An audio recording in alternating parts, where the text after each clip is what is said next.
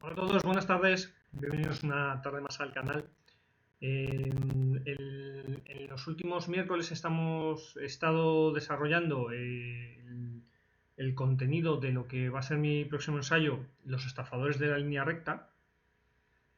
Y una vez pasada la primera parte, en la que me centro, como recordaréis, en la división, en demostrar o tratar de demostrar que la sociedad española no se divide en dos mitades, izquierda y derecha, que no estamos condenados al enfrentamiento y que no estamos divididos en dos partes que son antagónicas y excluyentes mutuamente y demás. En las últimas semanas he pasado a hablar de la segunda parte del libro en el que comento que hay otro punto de vista, otro plano de análisis, otro eje de análisis que no es el que comento en la primera parte de que estamos, en realidad estamos en el pensamiento occidental, en el pensamiento español, en el pensamiento occidental hay tres grandes grupos ideológicos que son conservadores, socialistas y liberales, ¿vale? Que no estamos divididos en izquierda y derecha, sino en conservadores, liberales y socialistas. Pero en este segundo plano, que hablo en la segunda parte del ensayo, hay un enfrentamiento que sí es dual. Voy a hacer un matiz sobre eso, pero hay otro punto de vista que sí es dual, que es el del nacionalismo y el patriotismo. El nacionalismo y el patriotismo. En realidad podría hablarse, teóricamente podría hablarse de que, al igual que en el triángulo conservadores, socialistas y liberales, podría hablarse que en la dualidad eh, nacionalistas y patriotas, nacionalismo y patriotismo, habría una tercera que es el individualismo. Pero por su misma esencia, por la misma esencia del individualismo, no se le puede considerar un movimiento colectivo o una ideología. Necesitas un colectivo, necesitas un grupo de gente eh, para defender, o sea, que coincidan para defender su individualidad. O sea, en lo que coinciden los individualistas es en que les importa un bledo coincidir o no coincidir con otras personas y quieren que les dejen a su aire. Desde un punto de vista teórico, sí son un grupo, el grupo de personas que no quieren formar parte de ningún grupo. Los individualistas son el grupo de personas que no quieren formar parte de ningún grupo. Vale, podemos meterles en un grupo en el que no quieren estar, ni siquiera en el de los individualistas. No sé, es como preguntar imaginaos que estáis en un congreso delante de mucha gente y les preguntáis, oye, ahora que levanten la mano aquellos que no levantan nunca la mano en público.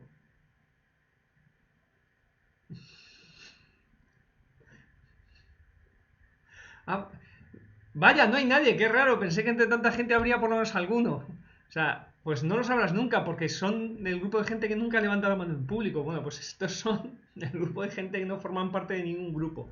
Los patriotas, el patriotismo, como ya expliqué en el último día, el patriotismo es el sentimiento natural que todos tenemos de amor hacia nuestra familia y de manera extensa pues a nuestro barrio, nuestro pueblo, nuestra ciudad, nuestro país, a nuestra nación.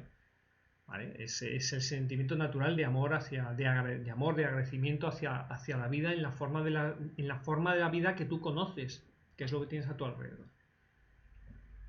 Mientras que el nacionalismo es una ideología, no es un sentimiento, pasa de ser sentimiento, que es el sentimiento, o sea, el nacionalismo proviene del sentimiento de rechazo hacia lo ajeno, es xenofobia, en la forma más básica es xenofobia, el sentimiento de rechazo hacia lo extraño, hacia lo ajeno, hacia lo que no se siente como propio, hacia lo que no se percibe como propio. Inicialmente, igual que el socialismo inicialmente es un sentimiento, proviene de un sentimiento, bueno, de un impulso, del impulso de dominación, el nacionalismo proviene del impulso de rechazo hacia lo ajeno. Pero, igual que el socialismo deriva en ideología, el nacionalismo deriva en ideología, a diferencia del patriotismo, porque los humanos sentimos la necesidad de justificar ese rechazo, porque es algo negativo, es algo, no voy a decir malo, pero sí, es algo negativo, es un rechazo, precisamente, o sea, es un a ti no te quiero, a vosotros no os queremos, a estos no. Esa es la diferencia. Necesitamos elaborar o sentimos la necesidad de elaborar la justificación de las cosas que percibimos como negativas, mientras que a nadie le piden justificación y a nadie se le ocurriría pedir justificación de por qué amas a tu familia. O pues porque es mi familia, ¿cómo no les voy a amar? O sea, claro que les amo. ¿Por qué no? ¿Por qué amas tu ciudad? Pues porque me encanta, he nacido aquí o he vivido aquí mucho tiempo y es fantástica por esto. Y a lo mejor puedes describir por qué, pero es un sentimiento, no tiene una justificación racional. Es algo que producimos los humanos naturalmente. Y lo mismo, o sea, el patriotismo es un sentimiento natural, el nacionalismo es una ideología porque necesitamos justificar ideológicamente el rechazo, la fobia, incluso el odio que podemos llegar a sentir por los que no percibimos como propios. Esa es la diferencia fundamental. El tercer grupo, que no es un grupo, los individualistas, probablemente si les dijéramos, ¿tú por qué eres un individualista? Su respuesta sería, ¿me puedes dejar en paz? Pues no te vas con tu encuesta a dar la lata a otra persona. Déjame en paz. Yo no quiero formar parte y no formo parte de ningún grupo. Bueno, pero tú amas a tu país y tal. O, bueno, que la respuesta más probable es que me suelte el brazo, señora, déjeme en paz. Entonces no sé si es justificable plantear un tercer grupo en el que están los que no quieren ser calificados ni como patriotas ni como nacionalistas. No veo yo que haya mucha chicha ahí en fin, mucho con lo que trabajar. Bueno. Pero, o sea, para profundizar un poco en el tema, perdón, es necesario entender un poco más sobre el nacionalismo. No voy a hacer no voy a enrollarme mucho, pero hoy por lo menos sí quiero dedicarle unos minutos a explicar de dónde proviene el nacionalismo, cuándo ha surgido y cuáles son sus orígenes y cómo ha llegado a ser tan importante en la sociedad mundial y sobre todo en la sociedad occidental. ¿Vale? El nacionalismo como ideología, o sea, el nacionalismo como justificación ideológica del sentimiento de rechazo, de miedo, de fobia hacia lo extraño, se consolidó a lo largo del siglo XIX en Occidente, sobre todo en Europa. O sea, es un fenómeno tan antiguo como el hombre, tan antiguo como el patriotismo, porque el sentimiento siempre ha estado ahí. Siempre hemos sentido ese rechazo hacia lo extraño, hacia lo ajeno, hacia lo que no conocemos desde bebés.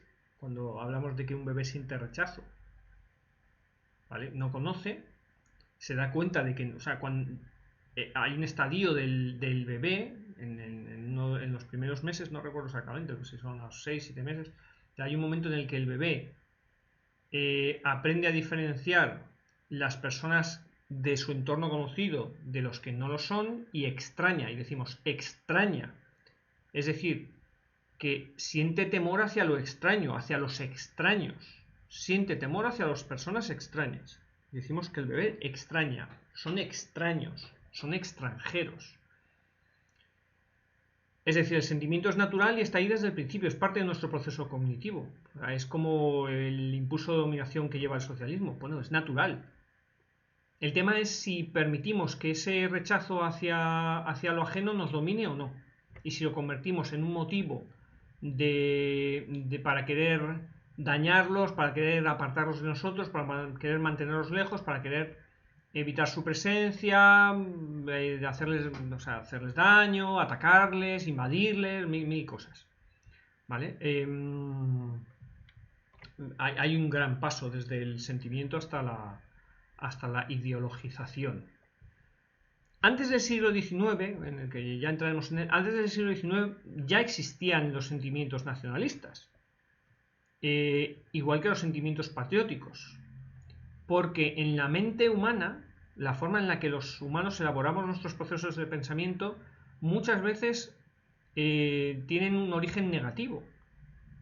Es decir, los pueblos los pueblos de la antigüedad empezaron a desarrollar, o los pueblos primitivos, si lo preferís, porque hay pueblos primitivos hoy día, ¿vale? Los pueblos primitivos desarrollan el sentimiento de pertenencia al grupo a través de los lazos familiares.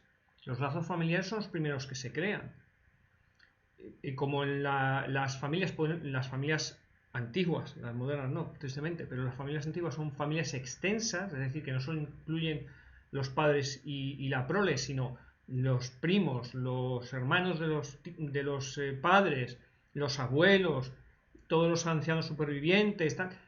Eso toma la forma de un clan, y la forma más primitiva de patriotismo es a través de los clanes.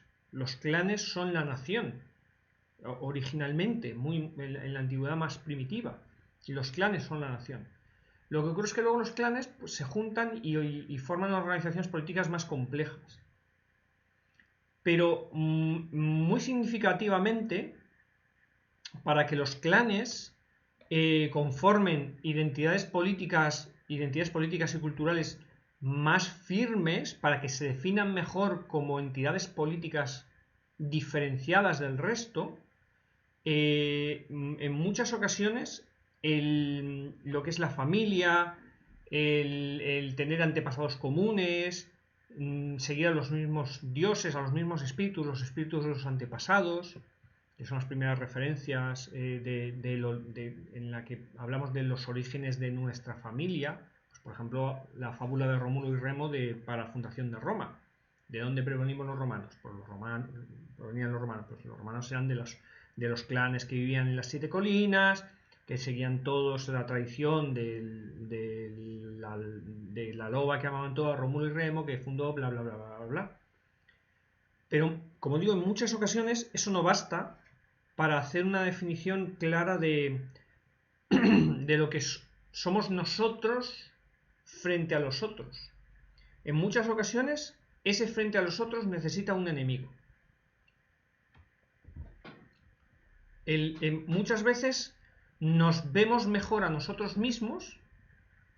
O sea, en general a los humanos nos cuesta vernos a nosotros mismos, porque no estamos dentro de nosotros. Nos vemos a través de los ojos de los demás. Esos demás, de una forma positiva, pueden ser pues, nuestra familia, nuestro núcleo familiar, nuestros ancianos, cómo creemos que nos ven nuestros ancestros ya en un plano mitológico y religioso, nuestros clanes, ¿vale? La alianza de nuestros clanes que pueden conformar una ciudad-estado, un estado primitivo, pero sobre todo, cómo nos ven nuestros enemigos, cómo nos ven aquellos que nos atacan. En la forja de una nación, en muchas ocasiones, se hace a través de los ataques que recibe, de los que percibe como extraños, como externos, como ajenos, como extranjeros. Decían los indios de Norteamérica que una nación india, es decir, un conjunto de clanes que conforman una nación política india, era tan poderosa como los enemigos que tenía. Es decir, la posesión de enemigos, lo cual es, desde nuestro punto de vista actual, es demencial, pero la posesión de enemigos te define como nación y define lo poderoso que es tu pueblo. Y conlleva un orgullo de pertenencia a ese pueblo que tiene enemigos poderosos. Tiene enemigos poderosos porque es una gran nación. Somos una gran nación, o sea, en definitiva, somos una gran nación porque tenemos enemigos poderosos. Pero esto es un poco lo que han hecho todos los pueblos de la antigüedad. Es decir, el origen está en el nosotros, pero también en el y nosotros y vosotros no, y esos no. Esos son nuestros enemigos, los ajenos, los externos, los extranjeros. Los romanos llamaban bárbaros a los, o sea, bárbaro, el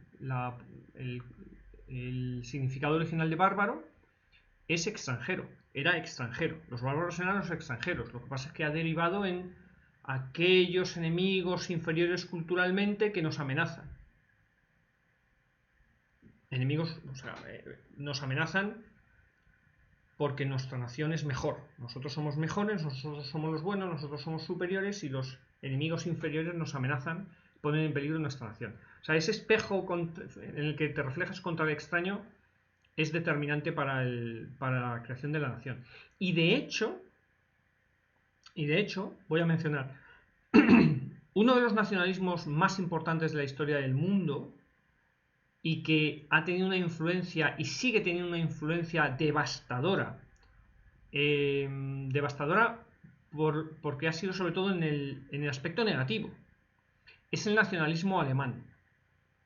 El nacionalismo alemán es uno de los más poderosos del mundo y de los que más influencia ha tenido en el devenir del mundo en los últimos 2 siglos. Tanto es así que el nacionalismo alemán ha sido uno de los factores principales, probablemente el factor principal, no el único, pero probablemente el factor principal para el estallido de la Primera Guerra Mundial y de la Segunda Guerra Mundial. Y es el factor fundamental, desde mi punto de vista, en el devenir totalitario que está sufriendo la Unión Europea. Está deviniendo de un proyecto de unión de Unión Europea, pero sobre todo entre Francia y Alemania, para que dejaran de matarse en las guerras mundiales, Francia y Alemania, y se unieran en un proyecto común. Pero ese proyecto común lo que ha hecho ha sido fundir al nacionalismo alemán y al nacionalismo francés, que había sido el más, igual que el nacionalismo alemán ha sido el más importante del siglo XIX y del siglo XX, el francés fue el más importante, no, perdón, el alemán del siglo XX y del siglo XXI, pero el francés fue el más importante de los siglos XVIII y XIX. O sea, digamos que el trono del nacionalismo más importante en el devenir de Europa y del mundo, la medalla de oro del más importante la tenía Francia, la tenía el nacionalismo francés y pasó al alemán en la Primera Guerra Mundial, o al final del siglo XIX, con la reunificación alemana. Lo que ocurrió es que estos dos nacionalismos se han fundido y han conformado el eje franco-alemán, que está convirtiendo a pasos agigantados a la Unión Europea en una nueva maquinaria totalitaria de dominación de Europa y del mundo. Porque es la expresión de los nacionalismos ahora unidos, ya no son enemigos. O sea, los enemigos del nacionalismo francés, el principal enemigo del nacionalismo francés ya no es el nacionalismo alemán y viceversa. Ahora el principal enemigo del nacionalismo francés y el nacionalismo alemán unidos son aquellos otros pueblos que se oponen a su intento hegemónico de controlar, de controlar toda Europa y de controlar a todos los países de Europa. Ahora los enemigos pues son Polonia, que se resiste, Hungría, que se resiste, Italia, que se resiste, Gran Bretaña, que se ha ido, el Brexit, y España no, porque somos una colonia franco-alemana, una colonia en general. Bueno.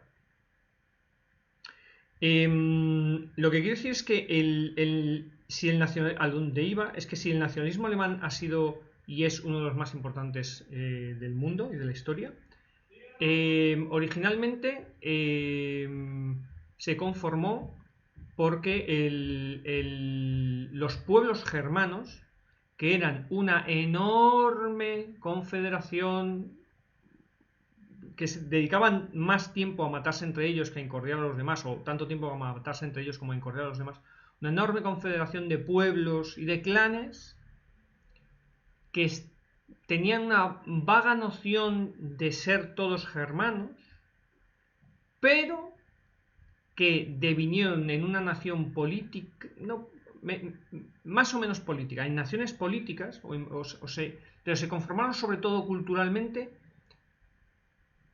Por el Imperio Romano. El Imperio Romano fue determinante en la creación de la nación cultural y parcialmente política germana.